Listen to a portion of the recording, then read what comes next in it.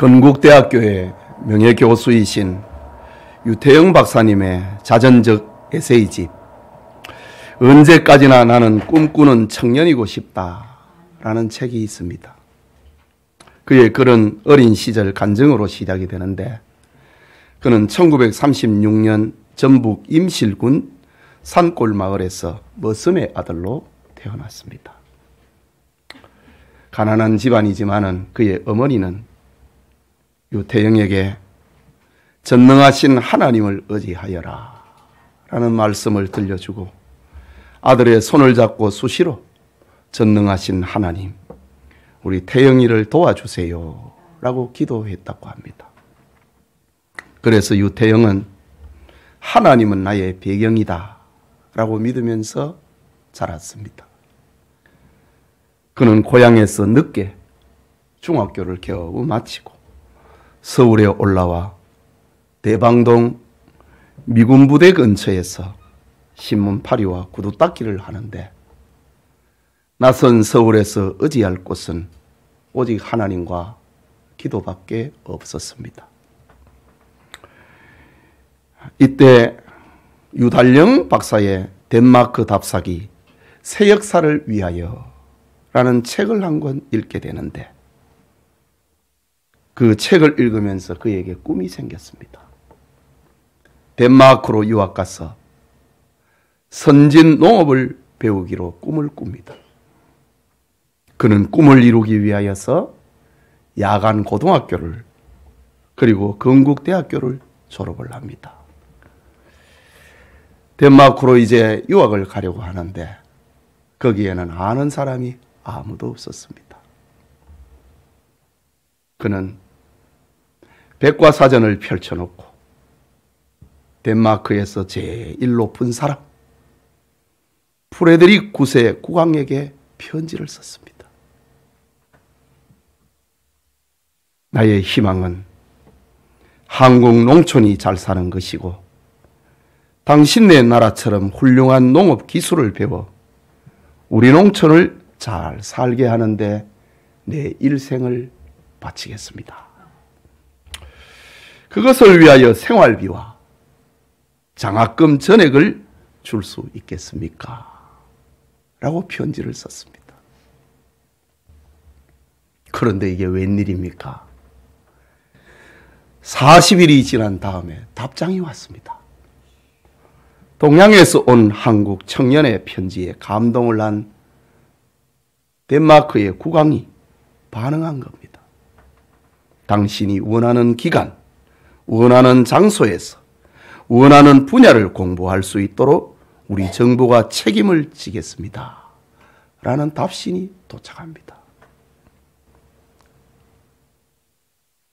그는 이것은 오직 하나님의 은혜였다고 그의 자전적 에세이집에서 밝힙니다. 덴마크에서 공부한 유태영은 고민합니다. 덴마크에 와서 공부를 해보니 이미 다 선진 농업이 다 세팅이 되어 있는 겁니다. 우리나라의 현실하고는 조금 다른 거예요. 선진 농업을 시작하는 나라가 없을까? 고민하던 차에 이스라엘의 키부츠에서 농사를 직접 배우고 싶었습니다. 이번에는 이스라엘 대통령 잘만 사자르에게 편지를 썼습니다. 하나님의 인도하심은 거기에서도 나타났습니다. 이스라엘 외무부로부터 항공권과 생활비, 의료비와 학비 등을 지원하겠다고 하는 연락이 온 겁니다. 이렇게 해서 공부를 하고 1972년에 귀국을 하니 우리나라는 잘 살아보세라는 구호 아래 새마을 운동이 시작되고 있었습니다. 이때 유태영 박사는 박정희 대통령의 부름을 받고 청와대 초대 새마을 담당관에 임명이 되어서 우리나라의 새마을 운동에 초석을 다지게 됩니다. 그의 에세이집의 결론은 하나님을 의지한 나의 모든 것이 하나님의 은혜와 인도하심이었습니다. 라는 것입니다. 여러분, 오늘 우리가 읽은 성경은 광야교회의 지도자 모세가 40년 광야 행진을 마치고 백성들에게 꿈을 심어주고 있는 유언적 메시지입니다. 이 시간 건너가서 차지할 땅이란 제목으로 하나님의 말씀 받고자 합니다. 말씀을 듣는 우리 모두에게 하나님의 은혜가 임하기를 소원합니다. 건너가서 차지할 땅, 그것은 이스라엘 자손에게 약속하신 땅입니다. 본문 8절에서 9절을 봅니다. 그러므로 너희는 내가 오늘 너희에게 명하는 모든 명령을 지키라. 그리하면 너희가 강성할 것이요 너희가 건너가서 차지할 땅에 들어가서 그것을 차지할 것이며 또 여호와께서 너희의 조상들에게 맹세하여 그들과 그들의 후손에게 주리라고 약속하신 땅, 곧 젖과 꿀이 흐르는 땅에서 너희의 날이 장구하리라고 합니다. 우리가 오늘 읽은 이 본문 8절과 9절에서 너희라고 하는 말이 6번이나 반복됩니다. 너희라는 말은 바로 출애굽한 이스라엘 백성들을 가리킵니다. 애굽 바로왕 아래서 학대받고 죽음의 위기를 겪다가 구원받은 사람을 가리킵니다. 그들은 유월절 어린 양의 피 흘림을 통하여서 죽음에서 살아났습니다. 하나님이 베푸시는 쏟아지는 기적 속에 홍해를 건너고 광야를 통과했습니다. 하지만 광야 생활이 지나는 40년 세월 동안에도 그들의 삶은 크게 변화되지를 못했습니다. 몸은 구원을 받아 자유를 누리고 있지만은 그들의 속은 옛사람과 다를 바가 없었습니다. 하나님을 거역을 했던 광야의 1세대들은 광야에서 결국 다 죽고 말았습니다. 지금 모세 앞에 있는 이스라엘 자손들은 여호수아와 갈렙을 제외하고 모두 광야에서 태어난 신세대들입니다. 모세는 광야교회 신세대들에게 유언설교, 고별설교, 축복을, 꿈을 심어놓는 설교를 하고 있는 겁니다. 그렇다고 해서 모세에게 새로운 메시지가 있는 것은 아니었습니다. 40년 전에 시내산에서 받은 말씀을 반복해서 전하는 것이 그의 사명이었습니다. 하나님께서 인류에게 주신 구원의 길, 생명의 길은 하나밖에 없기 때문입니다. 그래서 모세는 오늘 본문에 내가 오늘 너희에게 명하는 모든 명령을 지키라 라고 들려줍니다. 여러분, 오늘 성경에 나오는 애굽은 불신앙의 세상을 의미하고 출애굽한 이스라엘은 오늘의 성도를 상징합니다. 그리고 출애굽 운동에 함께한 사람들은 오늘 교회 운동에 함께하는 성도들을 가리킵니다. 이 일을 위하여서 예수님께서는 유월절에 어린 양이 되시고 유월절에 어린 양이 되시고 십자가에 못 박혀 죽으셨습니다. 우리가 불신앙의 세상에서 교회로 오게 되는 것은 오늘의 출애굽 운동과 같은 사건입니다. 그리고 이스라엘 자손들이 건너가서 차지할 땅은 우리에게는 천국입니다. 이 목적을 위하여서 우리는 하나님의 모든 명령을 지켜야 하는 겁니다. 하나님의 모든 명령을 지키라. 그리하면 강성할 것이요. 8절에 강성할 것이요. 다르게 번역하면 건강할 것이라, 번성할 것이라 라는 말이고, 그리하면 땅을 차지할 것이요. 다르게 표현하면 기업을 얻게 될 것이요. 그리하면 너희의 날이 장구할 것이라. 다르게 표현하면 장수하게 될 것이다. 그 축복이 길게 될 것이다 라는 약속입니다. 하나님은 출애굽한 이스라엘 백성들에게 말씀하셨듯이 오늘 우리에게 하나님의 모든 말씀을 지키기를 원하십니다. 하나님의 말씀을 기준으로 삼고 살기를 원하십니다. 하나님 중심, 성경 중심, 교회 중심의 삶을 살기를 원하십니다. 하나님의 형상이 우리에게 회복되기를 원하십니다. 날마다 우리의 겉사람과 속사람이 하나님의 자녀로 변화되어 가는 성화적인 은혜가 있기를 축복합니다. 그게 둘째로 건너가서 차지할 땅. 그것은 애국과 다른 삶의 자세를 요구하는 땅입니다. 읽은 10절을 다시 보면은 네가 들어가서 차지하려 하는 땅은 네가 나온 애굽 땅과 같지 아니하리니 거기에서는 너희가 파종한 후에 발로 물대기를 채소밭에 댐과 같이 하였거니와 라고 합니다. 건너가서 차지할 땅 가나안은 애굽과 같지 않다는 말입니다. 검다, 애굽이라고 하는 말은 검다라는 뜻이거든요. 검다라는 뜻의 애굽 땅을 기름지게 하는 것은 애굽 중앙을 흐르는 나일강 때문입니다.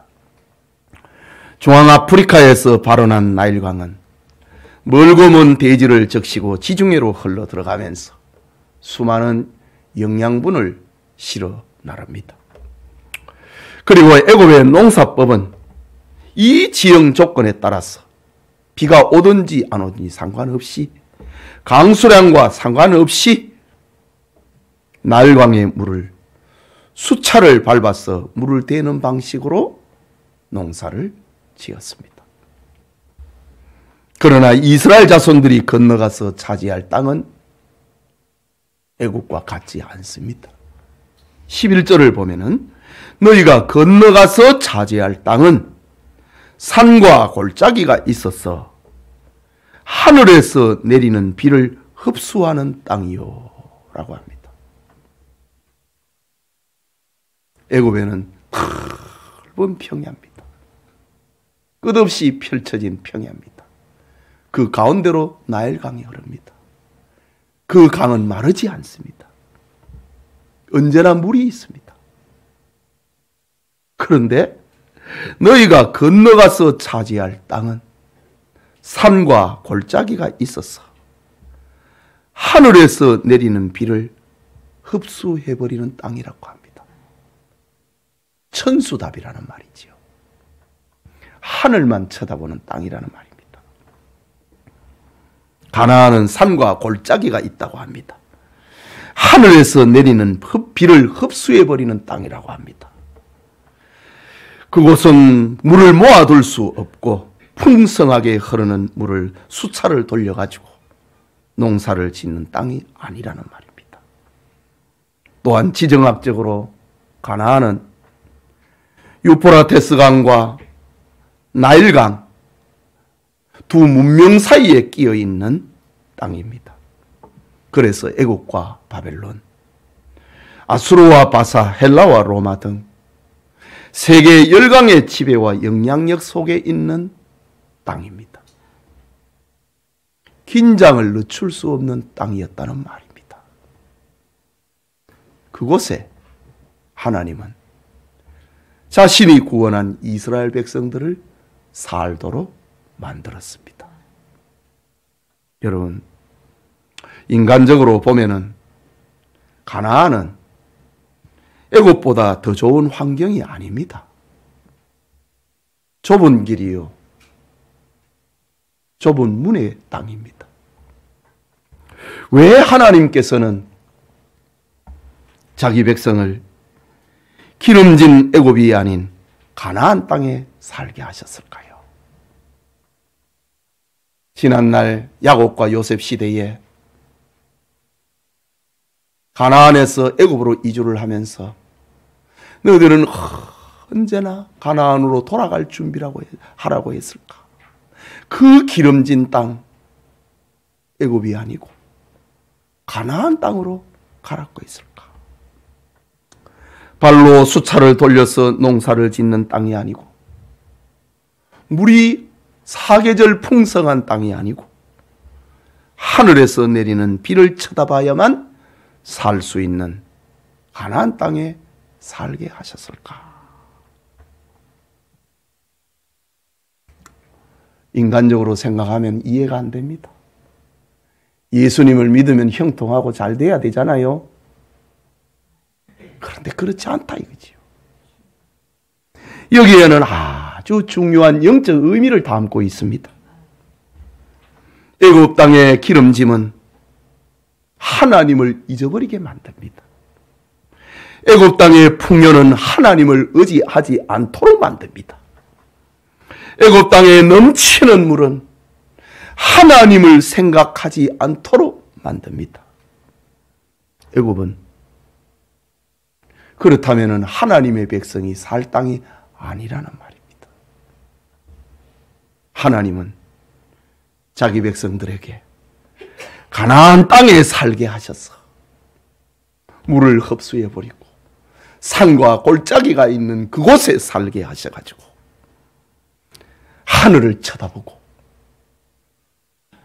하나님의 은혜를 소망하며 긴장하면서 살도록 하셨습니다. 그들은 세상이 아닌 하나님 안에서 평안과 행복을 누리며 살게 하셨습니다. 그런 삶을 가리켜, 그런 땅을 가리켜서 오늘 성경은 젖과 꿀이 흐르는 땅이다 라고 합니다. 잘 때야 좋은 게 아닙니다. 어떤 형편이든지 간에 하나님을 의지하고 하나님을 쳐다보는 그것이 젖과 꿀이 흐르는 땅입니다. 오늘 여러분의 삶의 현장을 한번 생각을 해 보십시오. 여러분이 환경에 취하여서 하나님이 생각이 나지 않는다면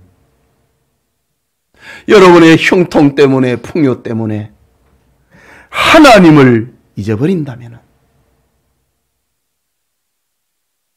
하나님을 의지하지 않는다면 그곳은 아무리 풍요로워도 축복의 땅이 아니고 여러분을 망하게 하는 땅입니다. 예수님을 안 믿어도 잘 된다. 그 축복이 아니고 죽음의 길입니다. 망하게 하는 길이다 이거지. 세상은 애굽처럼 검은 땅, 검은 물, 검은 떡, 검은 문화가 흐르는 곳입니다. 세상 사람들은 검은 땅에 취하여 검은 물을 의지하면서 살아갑니다. 하지만 지금 여러분의 삶이 어려움이 있습니까? 힘든 형편이 있어서 하나님을 찾고 하나님을 의지하고 하나님의 은혜를 소망한다면 그곳이 바로 하나님이 주신 땅이고 젖과 꿀이 흐르는 땅임을 믿으시기 바랍니다. 우리를 하나님에게 붙여놓는 그곳이, 그 사건이 젖과 꿀이 흐르는 땅입니다. 말하자면 성도는 땅에서 위로받고 발로 물 때는 애굽의 생활 방식이 아니라 긴장 속에서 하나님을 쳐다보고 하나님의 은혜를 기다리면서 살아야 한다는 말입니다. 베드로전서 5장 8절과 9절에 이렇게 기록합니다. 근신하라 깨어라. 너희 대적마귀가 우는 사자같이 두루다니며 삼킬 자를 찾나니 너희는 믿음을 굳게 하여 저를 대적하라. 이는 세상에 있는 너희 형제들도 동일한 고난을 당하는 줄 알미니라. 신앙의 사람들은 다 긴장하면서 하나님을 쳐다보고 하나님을 의지했다.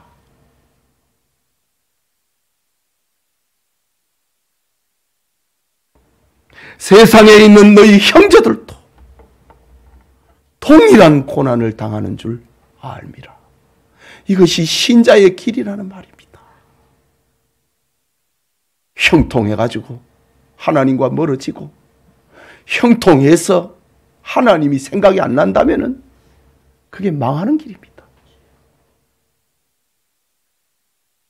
긴장하고 하나님을 쳐다보고 기도하고, 그 삶의 현장이 하나님의 백성이 복을 받는 현장이다 라는 겁니다. 예배드리는 성도님, 하나님을 쳐다보며 하나님의 은혜를 구하며 긴장하고 하나님 신앙으로 사는 은혜가 우리 교우들에게 있기를 축복합니다. 마지막으로 건너가서 차지할 땅, 그것은 하나님의 눈이 항상 그 위에 있는 땅입니다. 마지막 12절이지요. 내 하나님 여호와께서 돌보아 주시는 땅이라. 연초부터 연말까지 내 하나님 여호와의 눈이 항상 그 위에 있느니라고 합니다. 하나님은 자기 백성들을 출애굽을 시켜 가나안 땅에 살게 하시고 잘 살아라, 그게 아니고 여호와께서 돌봐주시는 땅이다. 연초부터 연말까지 여호와의 눈이 항상 그 위에 있느니라 라고 합니다. 애굽은 기름진 땅과 나일강의 풍성한 자원에 의존하면서 살아가지만 건너가서 차지할 가나안 땅은 여호와께서 돌보시는 땅입니다.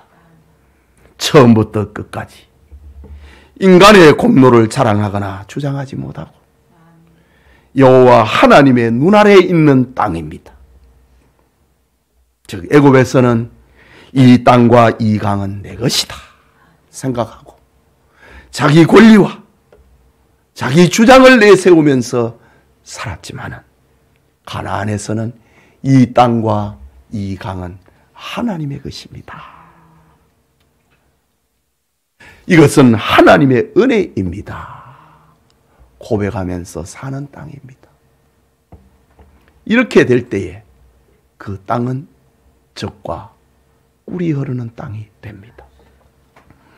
하나님의 은혜와 하나님의 사랑을 고백하는 땅이 됩니다. 애굽에서는 하나님의 은혜를 고백할 게 없어요. 농경사회 속에서 항상 잘 되니까. 그러나 가나안에 오면은 하나님을 의지하지 아니하면은 살 수가 없어요. 그게 젖과 꿀이 흐르는 땅이라 이거지요. 여러분, 하나님께서 자기 백성을 위하여 물을 대시고 밭고랑을 정리하는 모습을 한번 생각을 해보십시오.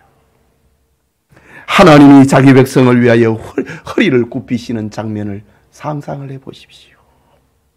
여호와께서 돌보시는 땅이라고 했잖아요. 하나님은 자기 백성의 직장과 사업장에 열매가 맺히는 걸 기뻐하십니다. 하나님은 자기 자녀의 가정에 사랑과 이해와 용서와 배려가 가득하기를 기뻐하십니다.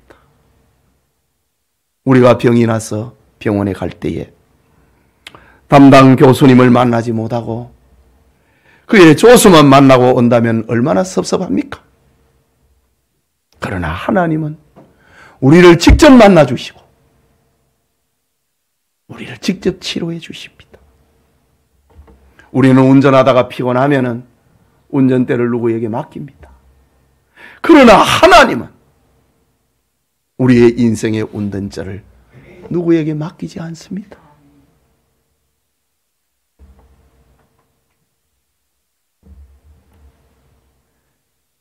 그런 장면이 바로 오늘 본문의 연초부터 연말까지 처음부터 끝까지 내 하나님 여호와의 눈이 항상 그 위에 있느니라 합니다.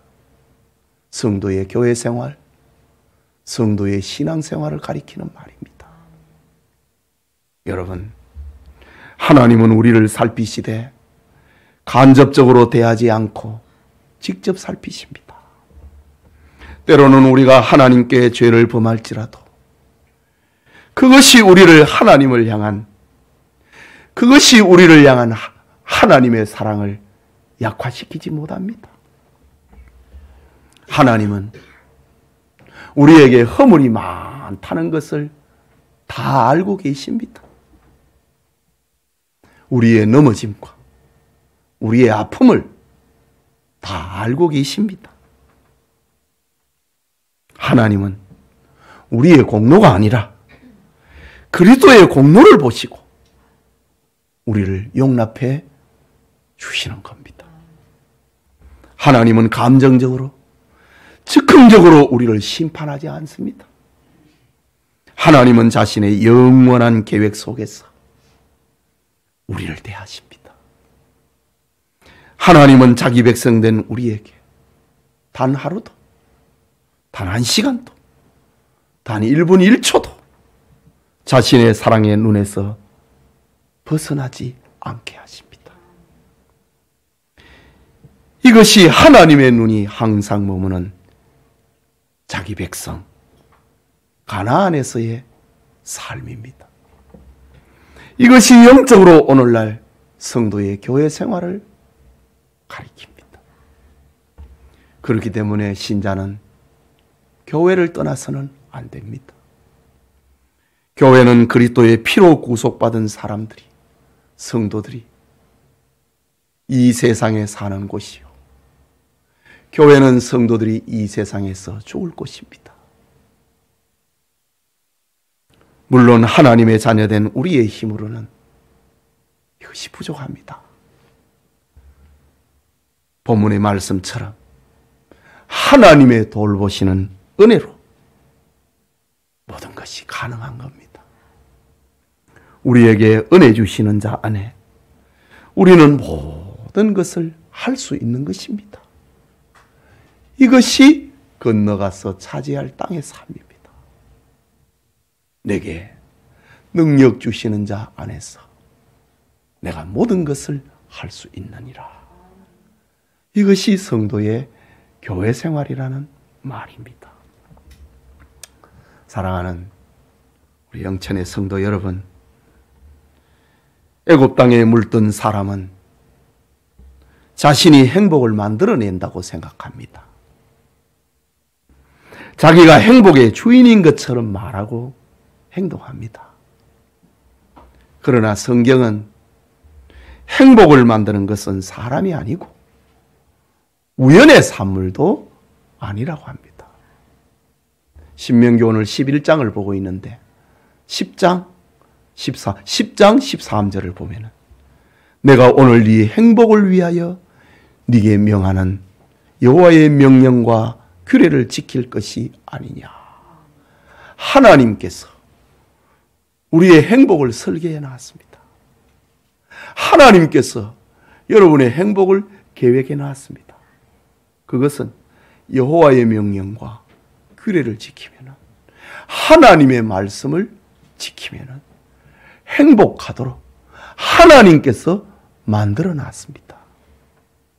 이 목적을 위하여서 하나님은 애굽이라고 하는 세상에서 우리를 구원하시고 천국을 소망하게 하셨습니다. 하나님은 자기 백성들에게 하나님의 말씀을 다 지키고 하나님의 말씀을 기준으로 살라고 하십니다.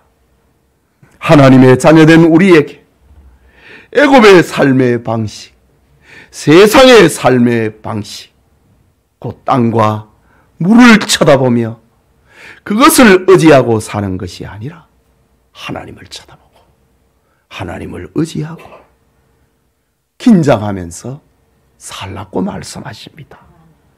하나님은 당신의 자녀된 삶을 사는 자의 울타리가 되어주시고 인도자가 되어주시고 하나님의 은혜와 사랑의 눈이 항상 그 위에 머무는 복을 주신다고 약속합니다. 예배드리는 성도님, 검은 땅, 세상 애굽에서 구원받았음을 감사하고 하나님의 말씀대로 살다가 인생 후반에 설교 서두에 말씀드린 것처럼 유태영 박사의 고백처럼 하나님을 의지한 나의 모든 것이 하나님의 은혜와 인도하심이었습니다 라고 고백을 하는 우리 영천의 교우들이 다 되시기를 축복합니다. 우리 같이 기도합시다. 말씀을 생각하고 우리는 건너가서 차지할 땅에 부름을 받은 사람들입니다. 이를 위하여서 주님이 우리를 위하여 십자가에 죽으셨고 하나님의 말씀대로 살라고 하십니다. 그리하면 강성할 것이다. 땅을 차지할 것이다. 네 날이 장구하게 될 것이다. 약속합니다. 세상의 삶의 방식이 아니고 하나님을 의지하고 하나님 쳐다봐라. 긴장하라고 하십니다. 이것이 성도의 삶입니다. 그리하면은 너가 있는 그곳이 적과 꿀이 흐르는 땅이 되게 할 것이다. 약속합니다. 말씀을 생각하고 기도합시다.